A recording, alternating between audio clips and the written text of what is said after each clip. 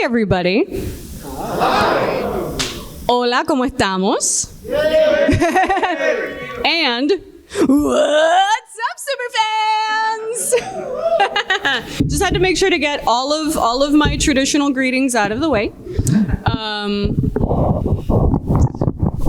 The rock doc. Do this by hand. All right, Steggy, hold it down on the mic stand. Good to go. All right, everybody, welcome to my office hours. The semester has started, and Dr. Elisa Meléndez, rather Dr. ElisaRockDoc Meléndez, Ph.D, is here for you for the next hour. I know it's usually office hours, but I only booked the one, thank goodness.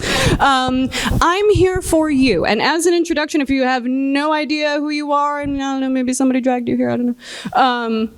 How do you do, fellow kids? Hi.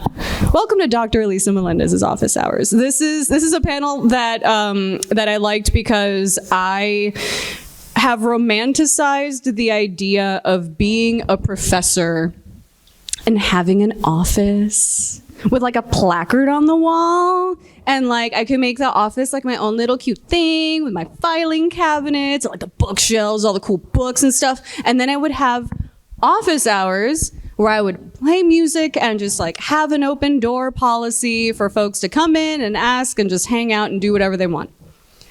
I am no longer in academia. I say that, but only because technically the semester for the college that I am booked for does start next week, but I have not been assigned classes yet. So I don't know if I'm going to be a professor yet. But in case I'm not, I'm getting my kicks out here. So thank you for joining me for the Dr. ElisaRockDoc Meléndez PhD's office hours. But in case you don't know who the heck I is, and that's fine. I am Elisa Meléndez. I have been a part of MAGFest, I think since the very first year it was in this hotel, which I don't know how long that was. But it's been maybe a decade. Can I call it a decade? 12 or 13 years, okay. So the reason that I even discovered MAGFest in the first place is because I was a PhD student getting a sociology PhD, and I was specifically studying, I wanted to study specifically women in rock music and gender in rock music, because I'm a rock singer, and I was like, this is interesting and fascinating. And I wanted to study that. But throughout my progress, learning a little bit more about things and just as a means of escape, I turned to video games for a lot of stuff, and I've been a huge video game nerd all my life. And I found that a lot of the stuff that I was encountering as a woman in rock music, I was also encountering as a woman when her mic was turned on in a video game. And I was like, oh man, I put all of this work, like I had already gone to grad school and gotten a master's degree, researching, like the history of women in rock music and everything. And I was like, but I can't, that degree was expensive and I don't want to switch careers. I got to use that thing. I'm still paying off the loans. And I went to my advisor because I was like, there's something here that I want to look at. And he's like, well, they make music games, don't they? Oh, my goodness. So then after I went, okay, well, yeah, we're just going to put music and games together and we're just going to study music games and see what shakes out. And then I heard about this convention. It's the Music and Gaming Festival. Elisa, you should probably go to that. I don't know. Yeah, why not? And then when I went, I think I went I don't even remember if I went as an attendee or even as a panelist first, but when I started, it was part of this group called MAGES, which I thought was the cutest thing in the world. It's the Music and Gaming Educational Symposium, which I love and I hold near and dear to my heart. And it's a bunch of us, like academics, professors, industry professionals, researchers of all kinds, coming together and sharing their knowledge about video games and not just, cool, fun facts about video games from an academic perspective, but really how much impact video games can have across the industry and especially in the classroom, which is one of my dearest loves. So in the process of doing all of that and working on my PhD, I eventually got it, and that's proof. They let me walk away with that thing and take a picture. They let me put on the fancy gown. The thing with a PhD that's different from like a master's or like a regular thing, you get a puffy hat, and that was like my platinum trophy. I was like, I'm gonna platinum school because there's this sweet skin that I get to have that just sits in my closet, because apparently back in, the early days of the academy, back in the day, when you were a professor and you were professing things, you would actually wear that. And that would be the symbol of like, hi, I know about XYZ, and even like the different stripes on your arm signified different disciplines and all that stuff. And you would actually wear that into the classroom and be like, yeah, this is who I am and what I know, what you want. Kind of sad we don't do that anymore nowadays. Another big thing, as I mentioned before, I'm a rock singer and songwriter, and I love performing music whenever I can. I love doing original music. I love doing covers. I'm going to talk about that too. Some of the music that I've written, which I guess is the reason I'm a part of this, the Video Game Music Composers Roundtable tomorrow at around the same time. A few. I realized, yes, a few, not just the one, of my songs have made it into video games. So that's kind of a cool thing. And also, I'm a voice actress. I am a voiceover artist, and I am a narrator. So 3 different things. I use my voice and talk sometimes, and sometimes I make really cool characters like that lady. That is Tyrene Calypso from Borderlands 3. Who is my love. And also, fun fact, if you play Borderlands 2, the Commander Lilith and the Fall of Sanctuary, I think is the full DLC title, and you look for the gun, the Hot Mama, it is an iridescent sniper rifle. That's me too. And some people in the audience are like, oh. I'm like, yes. Because I had a lot of time voicing the Hot Mama for reasons. For reasons. I was fun energy to get out. So what I want to do in the spirit of office hours is I'm not going to talk at you for an hour about all the things I've done. I don't know why you're here or what you care about. Y'all tell me. And what I would love to do, if that's cool, is like invite folks, could be one at a time. We could do I almost said we could do a line. I'm not in Miami anymore. That's not a thing we do.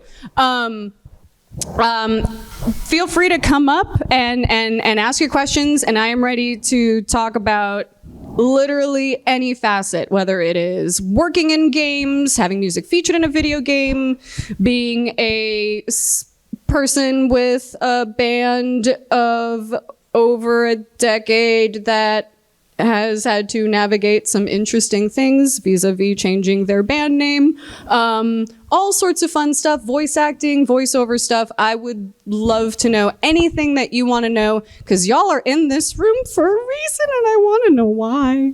Because I love seeing you, and I've missed MAGFest. I didn't come last year, but like, this is the place that I come to as a vacation from other conventions, especially as somebody who has worked conventions in the video game industry. This is where I come to chill. So please feel free to, come on up and let me know, like, if there's anything like burning, searing, scorching. Come on up to the mic. Let me know. Hi, Elisa. Great to meet you. Sorry. Hold on. I'm taking in your shirt. It's a wrap. Akbar's Tacos. Akbar, so it's a wrap. It's a wrap. I'd love to hear more about your journey into voice acting. I'd love to hear about it coming from the perspective of a musician entering that industry. I'd love to know if most of your work is based in Dallas, which is where you are, I Yes. believe. Do you have an agency? How long had you been doing it before you sort of broke into the industry? I'd love to hear more about that. The whole thing. All right, let's see. Hey, all right.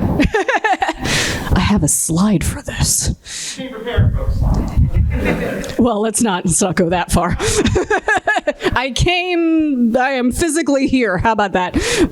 And slightly caffeinated. So voice acting is a really interesting thing for me because sometimes I will say that I started, essentially with Tyrene, but not really.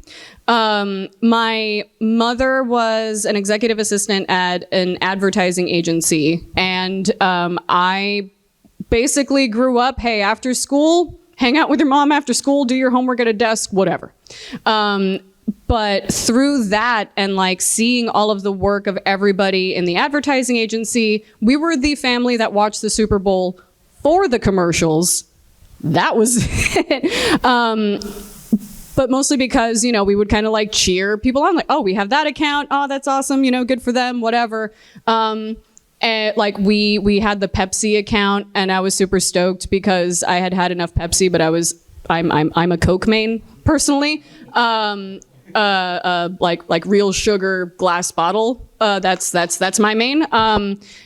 Which meant that I could kind of be a ringer on the Pepsi Taste Challenge that they were doing in the early 90s, which I probably shouldn't have been a part of. Technically, I shouldn't have, but I got some cool free hats out of the deal. But as part of that whole thing, every once in a while I would get a request oh, we need to record this radio spot, and I did one. I auditioned for one, and I did one, and it was a PSA for El Nuevo Dia. Shouts to El Nuevo Dia. Yep, Puerto Rican newspaper. And they were having a PSA against, I think it was child neglect. And I was the voice of a pull string doll. And you would pull the string on the doll, and it would say, "Te quiero, te quiero, te quiero." And then the tagline was, in Spanish, "Don't let these be the only words your child hears," or whatever. And I was whoa! I was 7. I was 7 when I did that. And then that was kind of it for my voice acting journey. But I liked acting. And my dad was a musical theater nerd, and he had done some small company stuff. And so I was surrounded by musical theater and hair metal and mofongo and all sorts of stuff. And went to the point where in high school, I also started writing music, and it was literally in 12th grade where they were all right, Elisa, you can either be in rock ensemble or in the end of the year play, but you can't do both. And I chose rock ensemble because I got to bang my head and scream into a microphone, and I think if I did the school play, I'd probably be Pink Lady #2 again.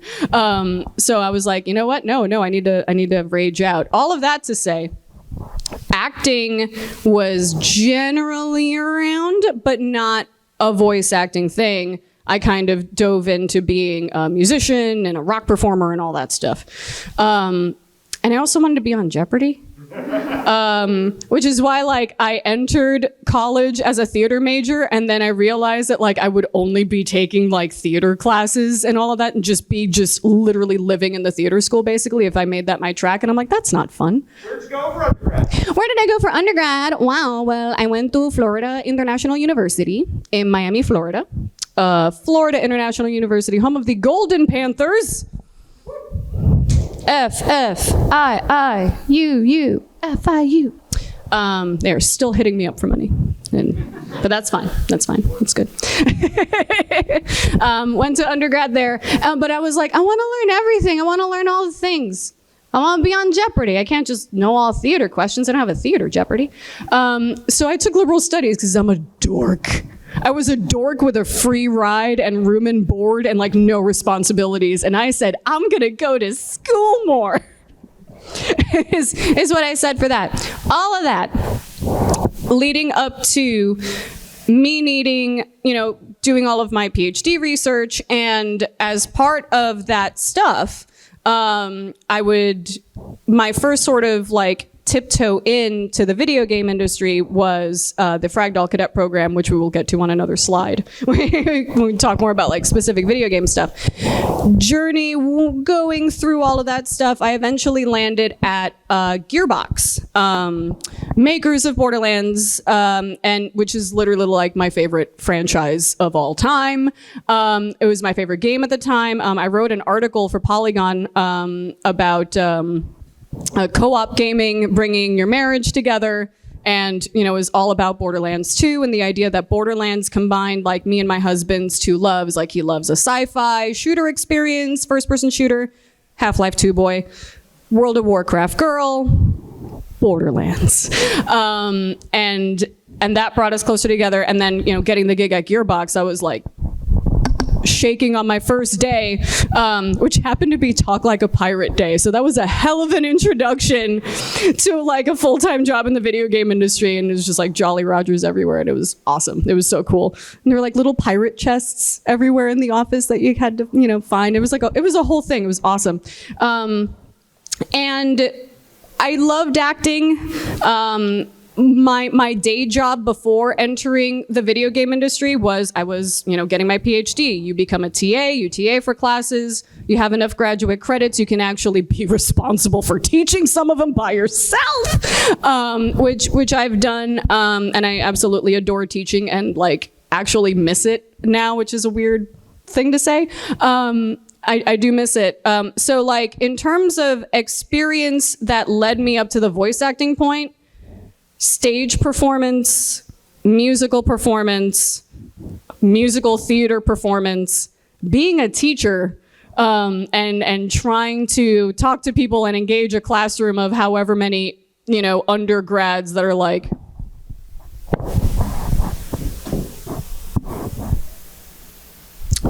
oh, LinkedIn, okay, yeah. And trying to like get something entertaining in them. And even in my last year teaching AP Human Geography, do I have any AP Hug takers in the house? No? Okay.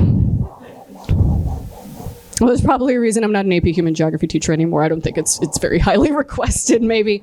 But I taught AP Human Geography in a high school. And I thought I would never be a high school teacher. But I ended up teaching high school, and I had to wake up at 7 o'clock in the morning. No, actually, I had to wake up at 6 to be there by 7:20. And I had to entertain myself, honestly, keep myself awake more than the kids.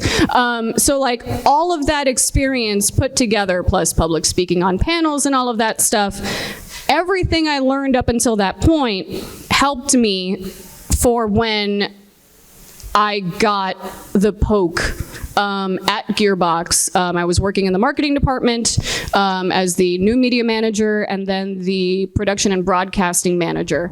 And basically that meant I was in charge of doing Twitch-related things, doing YouTube-related things, up to and including reading the YouTube comments. Which is another fun mind situation when you are the voice actor and then your job is also to read the YouTube comments about said character. I love my therapist. She's amazing. So all of that, I would say, prepared me for the point where they're like, hey, got a couple of villains, kind of new media folks. And between me and like a couple of other folks in the marketing department, they're like, hey, we want to like help flesh this out because you got, you literally live in the space. And then I was like, yeah, sure, whatever. And then they were like, we are having a table read for Tyrene. Would you be interested in coming down for a table read? Now, I was 7. The last time I did voice acting, like officially, like into a microphone for voice acting. And then everything else has just been, lead singer of Crimson, Dr. Meléndez, professor. And I was like, I haven't done a table read in a while. Like I kind of miss acting. I'm like, oh, screw it, you know, like, it's not gonna be me, so like, I'm just gonna go there and have fun. I was like, I'm just gonna go there and wing it and have a good time, and just like, I mean, huge Borderlands nerd. I'm like, I'm going to see like every little bit of how this sausage is made, right? And I'm like, I'm not gonna miss this opportunity at all. So I go down there and I read the script, and they're like, all right, yeah, you know, we're trying to figure out, you know, it's like, you know, kind of like YouTubery, twitchy, you know, kind of pukey, whatever, you know, and then like I saw the thing, you know, and I kind of read that little paragraph. I'm like, okay. Like, all right, well, you know, I've been immersed in enough of this space that I think I could probably deliver like a little of the, and then, you know, people are doing their lines and, you know, going back and forth. And then it comes to me and my palms are sweaty, knees weak, arms heavy, whole thing. Sweater was clean though. Sweater was clean, thankfully. And then I just hit him with the, what's up, superfans? God Queen Tyreen coming at you live. And it was like at that God Queen Tyreen that I started seeing like some eyes going, you know, because like before, you know, I was like doing marketing stuff and like I'd done some shows and some panels and everything. And I think at one point, I forget what the line was, but I made Randy Varnell, one of the leads of narrative, I made Randy Varnell laugh. And the moment I made someone laugh, I was like, oh no, I like this. Shit. I may have found something. And I, you know, kept doing table reads and they're like, hey, you know, pop downstairs, do a table read. And I was like, this is like best job in the world. I can't believe I get to do this. This is amazing. And eventually that was like, well, we need some placeholder VO, right? Because when you're making a video game and you have dialogue and, you know, you're trying to pace it, you know, the length of one person running from one place to another and, you know, all that stuff, you know, you can't just like guess at, you know, at like how long it's going to take me to say anything. So they're like, come record some placeholder VO. I'm like, all right, yeah, sure. Why not? Cause it's not going to be me anyway, right? Like, it's not going to be me anyway, right? And I also did some placeholder VO for Lilith, which was almost more surreal than Tyreen because Lilith is the reason why my hair isn't the same length everywhere. I got this haircut before I even worked at Gearbox. I shaved it post Tyreen as like a little bit of an homage, and also it's very hot in Texas. I like doing that stuff, and then afterwards they came up to me and they were like, hey, you want to audition? And I'm like, you say that to all the girls. Like, okay, common courtesy. That's really sweet of you to say. I would love to. I'm like, because it's not going to be me, right? It's not going to be me. So it's fine. Like, that's so sweet of you. I would love to. And then I was at E3 producing a panel featuring Randy and Pendulette. I was producing that panel. I was at E3 and I was like in the middle of like LA Live, you know, like next to the arenas and next to the convention center or something. And then I get a message on Slack. And, you know, I always get a message on Slack. And I'm like, whatever. And then the way the message started, I love Joel so much. But I almost had a heart attack in the middle of LA. It's like, hey, so we've made a decision on Tyreen. And there are a lot of different places we could have gone with this. And, you know, a lot of different avenues. And I'm like, no, I know. It wasn't gonna be me. I'm like, you know, I'm already like readying myself for the blah, blah, blah. And there were many different directions we could have gone with this one. Except for Tyreen, because it's you. It was always you. And I was like, cried, shit myself, threw up, like, it's just all of the above, you know, like in front of like a yard house in LA randomly. I'm freaking out. And all of that, basically like being in the booth and having that experience and just messing around and making people laugh.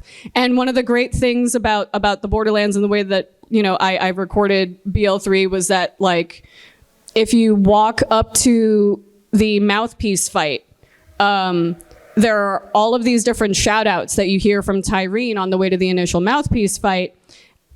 And the first time I read them was in the booth at the time, and I recorded them, you know, just one right after the other in chunks, and they just got progressively more unhinged as they went along, and just like that experience of playing.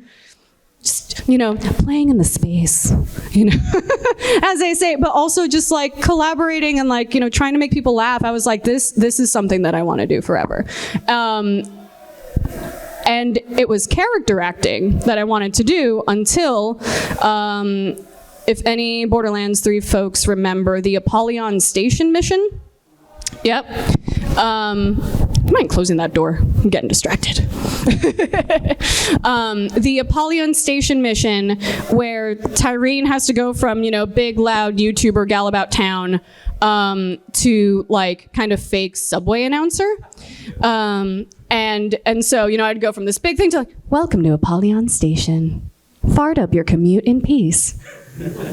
Welcome to Apollyon Station. Or, you know, whatever. And it was just this like, you know, you'll be meeting your death soon. And you know, the like Max and I kind of like, you know, making each other laugh or whatever in the middle of that. And after I recorded that segment, Joel kind of pops in and is like, have you considered doing commercial VO? Because that voice, it was like, you might have another like lane to go into. And I'm like, that was speaking directly to that 7-year-old that lived in advertising agencies and, you know, was like, we have to be seen eating at a Pizza Hut because we have the Pizza Hut account and we can't be seen eating Papa John's within a certain radius of the advertising agency. Like, that hit me where I lived. It's like one of like my hyperfixations for some reason is like commercials and like QVC and like just like I will like just put on QVC and just take the sweetest nap ever sometimes. And that pinged something in me. And once I left Gearbox, I was like, I'm gonna give it a shot. I want to see what's up. I want to see what's happening. What's this next slide? Oh yeah. So then, because the pandemic hit, there wasn't that like, I was like, well, I'm not going to have this, you know, in-person booth experience. I need to figure out how to do this remote now. That is the setup that I currently still have. Except this time, there's Christmas lights on it, which I'm very happy about.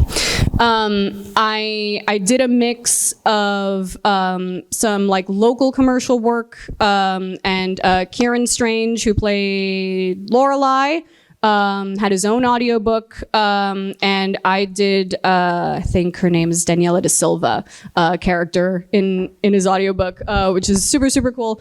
And I was like, all right, I'm gonna give this a shot. And there were, how many other elements to your question were there? This is super inside baseball, but those temp recordings you did at Gearbox, did you do that in-house or did you go to a local studio for that? Gearbox was all in-house. Yeah, at least for like my end, which was super dope, because I think the recording booth is on the same floor as the pinball machines. All right. Yeah, that was super fun. But yeah, that was pretty much done in-house, and it was cool because there was like a lot of you know, living in Dallas, being in Dallas. Gearbox is in Frisco, but being in the Dallas area, you also have access to a bunch of, you know, folks from like Crunchyroll, Funimation, et cetera, that's all based there. So like, other than, you know, New York, LA, like Dallas is actually not, well, Dallas is not that bad a place to be if you're looking for sort of like those kinds of like networking opportunities. But so after that, I was doing all of this stuff remotely. My husband is part of like a Facebook local production group because he's a guitar player, but he was also doing sound production and looking for work there.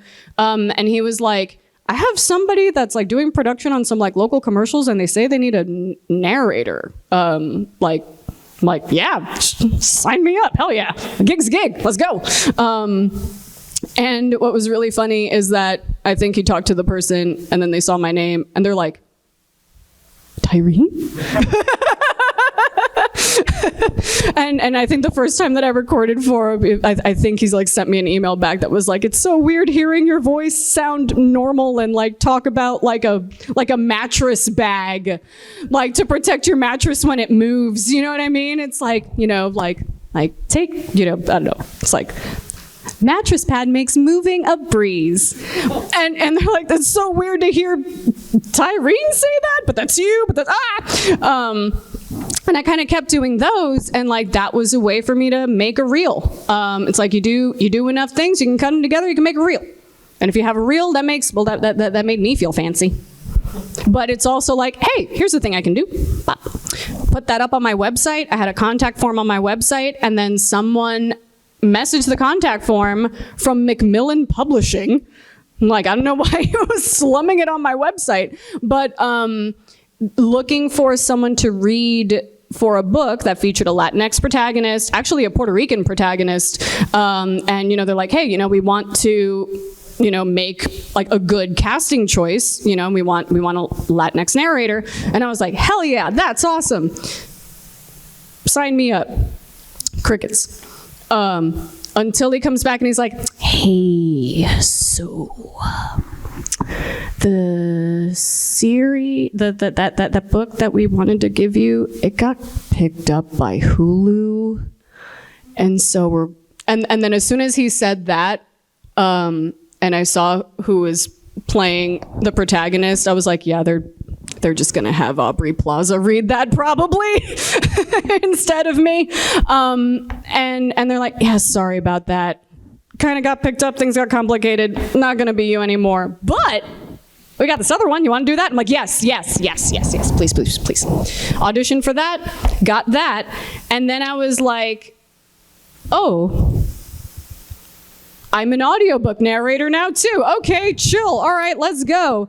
And this is where I did my second audiobook. My first one was Karen's. Karen will always be my first audiobook, and I'm so happy about that. But this was a remote recording for the audiobook. I have my throat coat tea. I think I had 3 bags in there, 3 bags of throat coat tea, and my cool water and my headphones, and I read a book over the course of 2 days. Actually, technically only half the book because there's 2 narrators. And that's what I looked like at the time. I had a turtleneck because it was very cold. And also I wanted to keep my neck warm. And that's the audiobook. That is like my first kind of like, I guess, like big girl audiobook narration in earnest instead of like, doing lines as a character in an audio drama. And I'm super proud of that. Of course, the reason I have that screenshot is so that, I highly recommend picking it up. I highly recommend checking it out. It's really cool. It is based on a kind of like, it's cool, like Mesoamerican spiritual kind of themes, warring factions. It's good stuff. So all of that to say, you also asked if I had an agent as well. I didn't for a year. I was basically just emailing. There are some agencies that require referrals in order for them to even like look at your stuff because they get flooded with submissions and they're like, okay, if you know someone, and like they can vouch for you, then maybe we'll look at it because we're swamped kind of thing. And thankfully, Jim Ferranda, All right. Sorry about that, folks. Nope. Actually, that is my 3:05 alarm. Hey, ba-da-ba-ba-da-ba. My 3:05 alarm saying that I should probably consider eating if I haven't already. So take that opportunity to take a little bit of a sip. Thankfully, Jim Ferranda was able to vouch for me as a referral for one of these. Sent a few more emails to that agency, and then eventually they were like, "All right, well, let's have a chat." And I was obviously very green at the time, didn't have a lot of credits to my name, but they decided to take a flyer on me. And I've been signed to them since June now. The agency experience is really cool in the sense that, like, I'm used to being so, like, people-pleasy and, like, I don't know what I'm worth.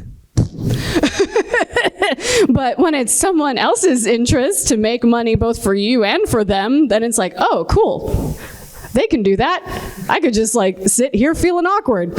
And that's been amazing. And also just in terms of, like, access and the relationships they have to casting directors and everything that allows them to, like, send auditions to you more directly, which is really cool, because then that kind of takes, obviously, like, they're still searching websites and, looking around Twitter for casting calls and all of that stuff. But, instead of you having to do that 100% of the time, I felt like I could kind of, like, okay, I can, like, take my foot off the brake, like, a little bit, because there is some stuff coming into my inbox. It's very feast or famine. There are some weeks where I'll be like, wait, am I still a voice actor? My inbox is dry. Am I still doing this? And then like today I got 2 emails in my inbox that are due Monday. And I'm like, all right, this will be fun. Someone's going to know what it sounds like, the inside of my hotel room closet this weekend. That has been a really cool thing. I am a baby voice actor. I am a veteran performer. I'm a veteran entertainer. I don't know if anybody's been entertained, but I've been doing the work of entertaining. I'm a veteran entertainer. I'm a veteran performer. I could say I'm a veteran singer. I'm a singer. I've been around.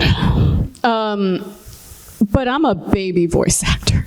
And I'm so excited to, like, see what the ceiling is for this thing.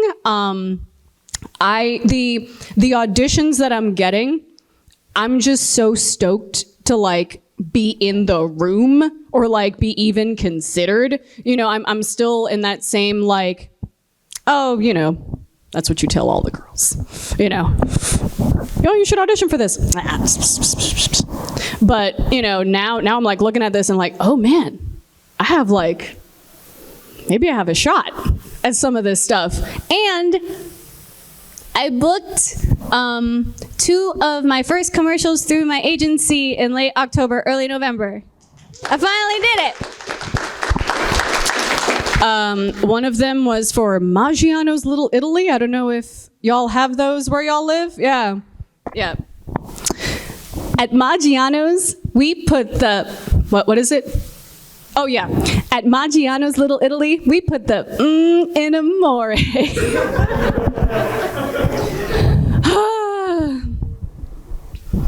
I still have to taste that world famous rigatoni D. I don't know what the rigatoni D is, but I need to know. If anybody has eaten at a Maggiano's, let me know how it is. It's good? Thank goodness, because it's like, you did a commercial for a shit place. Okay, good, awesome. All right, I'll book it when I get back. And another one for a college, and it's like enrollment starts today, and like the idea of being able to, like, do, like, educational stuff, like that hits me where I live. But also, like, video games and, like, anime. I took one anime voice workshop, and all of the respect in the world to folks that have to match mouth flaps, because I epic failed on that one. I had to match like a little bit and a couple of times during some of the cinematics, but not like that. Not like that at all. So like much respect to anime voice actors, but that's something that I would love to try. I would love to try all sorts of things. I've got this thing for as long as it'll let me use it, so I might as well run it into the ground and hopefully make some paper, you know, in the process. I did the same thing with my face, because I was like, I submitted for voice acting, and then I was also like, I think they asked me like, do you want to be submitted for like, you know, just voiceover or live action stuff? And then I was like, I took a look at myself in the mirror, and I'm like, all right, might as well run this thing into the ground too and see what happens and see how much I can make there. You know, I was so used to the idea of voice acting that I was like, oh yeah, that's right, on-camera stuff exists too. Yeah, other kinds of commercials exist too. And like, I've gotten a couple of callbacks for commercials, and I've gotten a couple of like callbacks for like a CBS show, which was totally unexpected, because I'm like, oh, voice actor. Oh, voice actor, what is this? So like, very surprising in terms of like the amount of things that I've been able to do, just because I was like, ah, fuck it. And that's kind of been like a general sort of attitude of like, if someone asks you to do something, it's probably because maybe sometimes they think you can do it. And then if there is even like a couple of percentage points in your brain that's like, if you have enough preparation, just do the thing. At the very least, you'll learn a lesson. You'll learn if what your instincts were correct, and if they're not, and you'll know what to do better for next time. But if any part of you in any way is even like, do it. It's actually, I try not to live my life with any regrets. There is one audition that I didn't do that every once in a while I'll be like, man, that would have been fun to just attempt. And it was for musical theater. And it was for the role of Gypsy Rose Lee. And I should have gone for it. And part of me was like, I haven't even thought about musical theater since, hi, come on in. I haven't even thought about musical theater, you know, since early college. Like, well, since that one time that I drove 4 hours to Orlando to audition for a musical, a Broadway musical. I felt really confident in myself because they asked for rock singers. And I went into the room, and I was kind of dressed in, you know, like my crimson, you know, sort of regalia. And I was like, all right, I'm a rock singer, you know, and then you have, you know, like these folks warming up against the wall. Think of me fondly when you say, and you know, and then I'm here with my Pat Benatar, and I'm like, all right, this is gonna be fun. All right, it's like, they didn't read the memo, they didn't bring a rock song. I'm gonna do this. And then I did, you know, like 8 bars of Pat Benatar, and they're like, all right, thank you. Drove 4 hours for, you know, I'm like, all right, thank you very much. You know, and then that was it. And I'm like, oh, well, okay, well, that happened.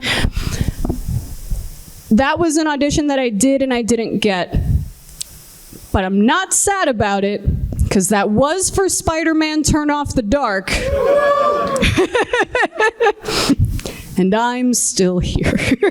So there is that. That's kind of been like my journey vis-a-vis voice acting. I think being a musician and having that performance experience, learning how to project when you can't hear yourself because you're in a dingy bar and, you know, the sound person maybe doesn't care and the equipment sucks and all that stuff. Learning to project, learning to work a crowd, learning how to treat a microphone, essentially, and having that sort of like yes and live action experience of trying to entertain folks, I think has been very valuable to the experience of being a voice actor. The idea of like putting yourself, you know, in a different space once you get in the room. That's what I do as a singer. I had a playlist for Tyrene that I would listen to if I knew I had a session booked. I would listen to it on the way in, and then I would listen, pop my AirPods in and listen to it on the way down. And yes, there was Beyonce on there. Of course. How am I not going to have a song on there called Bow Down? To be Tyrene. Peaches, Boys Wanna Be Her was on there. I have the playlist somewhere. I can bring it up. But I think being a musician and having that performance experience, and then also having that classroom experience, I think got me like most of the way to feeling like any form of confidence that I could actually do this. So yeah, all of that to answer literally the one question. I hope that took care of some of all y'all's other ones. Yeah. If I'm nothing if not long-winded, and hopefully thorough. But what else do you want to know? Yeah. We don't need mics. Sure, I can do that. Hey, I'm curious because I'm reading the news. It seems like 2022 has been a really big year in terms of the game industry and like unionization, labor organizing, but also in terms of workers in games kind of like ousting toxic management or toxic culture in the workplace. And I'm curious, from a sociologist's perspective, what is your wish list for changes in the culture of the game industry? Hold on.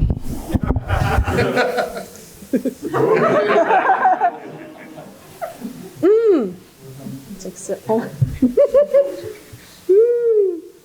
You should have got the one out. I will gladly take her for the next 2 hours. Have I mentioned how much I love my therapist?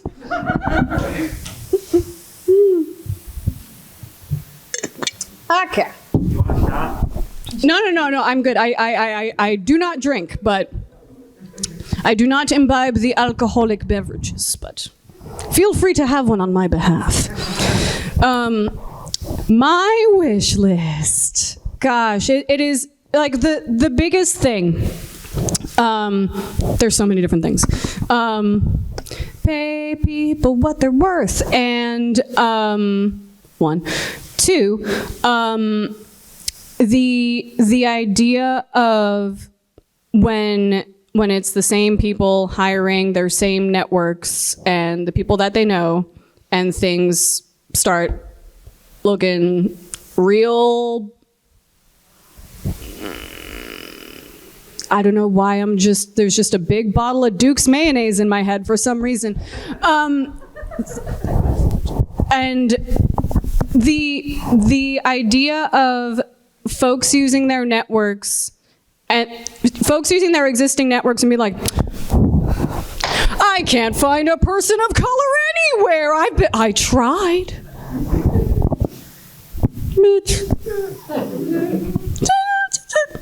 Like, I looked everywhere in my contacts list. Maybe that's the problem. The idea of doing like more outreach, obviously getting folks into the pipeline. It's not a pipeline problem. It's not just diversity, it's inclusion, and it's, you can't invite people to the dance and then, not play the kind of music we like, you know what I mean? And like, clearly this ain't for us. I'm a big proponent of like, yes, representation mattering, and you can't be what you can't see. And the idea of like putting folks up on a stage to talk about the games, someone that looks like us, hugely important, hugely important. What happens when that person steps off that stage? Do they actually feel empowered to make important decisions? Do they actually feel like their talent is being respected? That's the key. Do they feel like if their talent isn't being respected, that they could go up to their manager and say, hey, can we get a change? And those folks have to be willing to work with their employees and represent them on behalf to higher management. It can't just be middle management wanting to get cute with a C-suite and then being like, yeah. Oh, yeah. Oh, I hear you. Oh, I hear you. Yeah. A lot of hearing happening. A lot of hearing happening, not a lot of doing. Promote your rock stars of color from within. Don't just have them sit on stage and have your company look cute. They had better have that same kind of power when they step on that stage. They better have that at their desk when they get back. And they better feel that kind of value when they get back. Because there are more and more places now that will give them that value. And there are more and more employees joining together and saying, no, enough. And as fans, we will it's a whole cyclical thing. It is, folks need to be protected from the internet. Devs need to be protected from the internet. The internet needs to not. It needs to not. And the problem is that what often happens is that it becomes this weird cyclical thing where you try to have some form of transparency maybe early on in your game. Then stuff changes because game dev, and then maybe like a final product maybe doesn't look the same or something. That's how game development works. And it's like, if you want to know how the sausage is made, you have to be comfortable with the idea that sometimes things you see early on might not make it. You have to be comfortable with the fact that things change. You have to be comfortable with the fact that you have the power to spend your $60 or $70, or actually like 30 to 40 for some really, really awesome games actually. You could just spend that somewhere else and not send a death threat. I mean, am I asking for too much, right? And it becomes to the point where then, of course, a lot of folks in marginalized communities, get that double bind of being a visible game dev of color. And if you're a woman, or non-binary, or trans, it's just like, wow, let's add a 5x multiplier on the kind of hate you're gonna receive on the internet. Companies need to protect their people and need to have policies and need to stand behind their employees and be like, if y'all are gonna be shitty, we don't want your money. You should not be allowed to treat people this way, honestly. And we the idea of diversity, inclusion, promoting folks from within, as well as putting them up on the stages and representing the companies, salaries that don't pretend that you're not living in a time of inflation or in a major city. Salaries that actually keep in mind that you have a life to live. And jobs that require you to crunch needs to go. Just no. We are not trying to sleep. I love you, and I don't want to say we and represent the game industry because I left it, technically, for a very specific reason, because I was burnt the fuck out. Because it's hard to be like, we just want to make something cool, and then people messing it up. People messing up the mental health. It's all of these things coming together. It's folks doing more outreach at places like this, and paying people a livable wage and treating them like human beings with a life outside of the entertainment that they help make for you. And it's never just one person, it's hundreds of people, as much as we want to be like, oh, this, blah, maker of blah, from the guy that brought you blah. No, that was a team of hundreds of people, including outsourced folks, contract workers, and please pay QA what they're worth. QA is often the shittiest paid position and the first on the wall when it comes to game quality or lack thereof. And that attitude needs to, no. Every person involved with the making, marketing, vetting of a game should be paid what they're worth according to their talent. According to their job description. I would love to get rid of the phrase "all other duties as assigned" and just cross that off of every job description ever. Because like you hear feature creep in games. That's the idea of hey, well, why don't we add this? Oh, but how about we have to add this? That happens to people. People get feature creeped all the time. But then when this is an industry, the video game industry and the music industry are very much interlinked, where it's one of these things where it's well, if you don't love it, you gotta love it. And if you love it enough, then you will sleep under your desk. You must not want it if you're not willing to miss the birth of your kids, bro. You don't want it enough. Bro, these things are being put together. They're held together with duct tape and spit, and I am power washing for hours. I do not want somebody to miss a significant life event or have to make concessions so that I can have a cute trinket on something,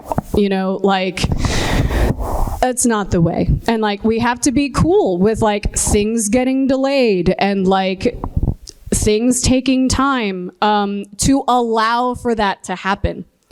Because one of the things about community management and all of that stuff is, we're drinking from a fire hose, marketing, PR, comms, dev teams. We're drinking from a fire hose. And oftentimes, the folks that are yep, cool, awesome, keep what you're doing, love you, it's cool, I will be here when the game comes out. Y'all let me know. No, none of those people tweet. So we're also then the bad thing is that sometimes if you're not careful, the game industry could be making decisions based on real shitty data as a sociologist. And just because they're loud and just because they're power users and just because maybe it's literally their job to play your game 80 hours a week, please don't do that. Content creators, please take care of yourselves too, because I don't need y'all sleeping under your desks either. The loudest people and the top 1% of super power users, very, very valuable, but there's a whole other world out there. But anyway, hope that answered that. It's a combination of a lot of stuff. Hire people from within, pay people what they're worth, all of that jazz. But yeah, also I forgot because we were talking about the video game industry. And wait, there I am. All right, that's a picture of me at my first PAX West, I think in 2010, working for Ubisoft as part of the Fragdoll Cadet program. And I was oh, I didn't know my feet could feel like this. I didn't know I could feel this exhausted. That is what you see on that face, is someone working there. That was the very first video game convention that I went to, and I worked it. So talk about baptism by firing squad. And I was showing off Just Dance, I think. So just think about all of that exhaustion. Just think about all of that exhaustion. Yeah. But let me see, what time is it? I should have gotten 2 hours. Next time, that's fine. But with the minute that we have left, is there anything that was burning inside you that I did not address? Go. It wasn't exactly a question. My Go. boyfriend loves Tyrene. Could I please get a video of you doing Tyrene as a greeting? Absolutely. After the Yes. Thank you so much. Of course. And what I would like to, this is going to be the thing. If we were, people are going to come up and ask questions, whatever. Now look, they only gave me an hour. I didn't think I was going to be able to fill it. But apparently, with like 2 questions, I did it. I hope any of this was of any value to you. And as you can tell, I am very long-winded. I have a lot of thoughts, and I have been cooped up in my house for a very long time with no one to talk to. My cat has heard all of this before. So I would love for you to, like, I have a guest badge. That feels weird. Like, I'm up here, you're like, that's just like, hit me up on Twitter, watch me on Twitch if I ever decide to ever get back on there, or if it decides to, you know, be stable enough. I'm on TikTok. I'm having way too much fun there. Instagram. And also, the one thing that we didn't get to was the fact that, just a general pro tip at the end of the show, do not name your band something so generic that when you look at your artist on Apple Music, you are one of many Crimsons, and all of them put out more music than you, faster. And do I own the Apple Music artist page for Crimson? Yes. Do I feel comfortable kicking literally every other Crimson off of it in favor? No, absolutely not. So, stand Crimson Echoes. Stream Crimson Echoes. There you go. I was once Crimson. I renamed my band from Elisa Meléndez because A, nobody could pronounce that, and B, that didn't really fit on a flyer most times. And also, people were expecting, like, oh yeah, Elisa Meléndez, single singer-songwriter, you know? Like Jewel, right? Just her with an acoustic guitar and, you know, dreams last for so long. But no. Instead,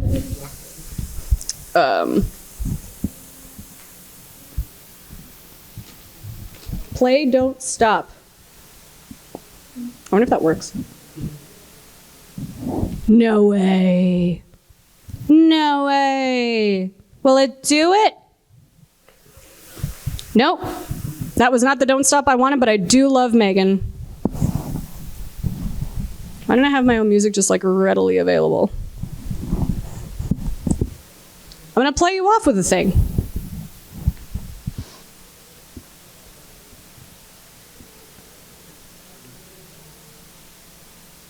It's not playing.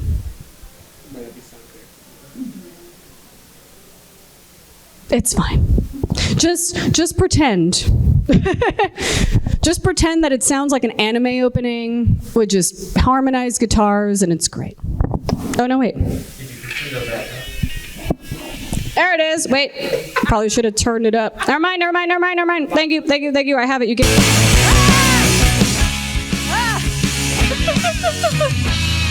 Oh.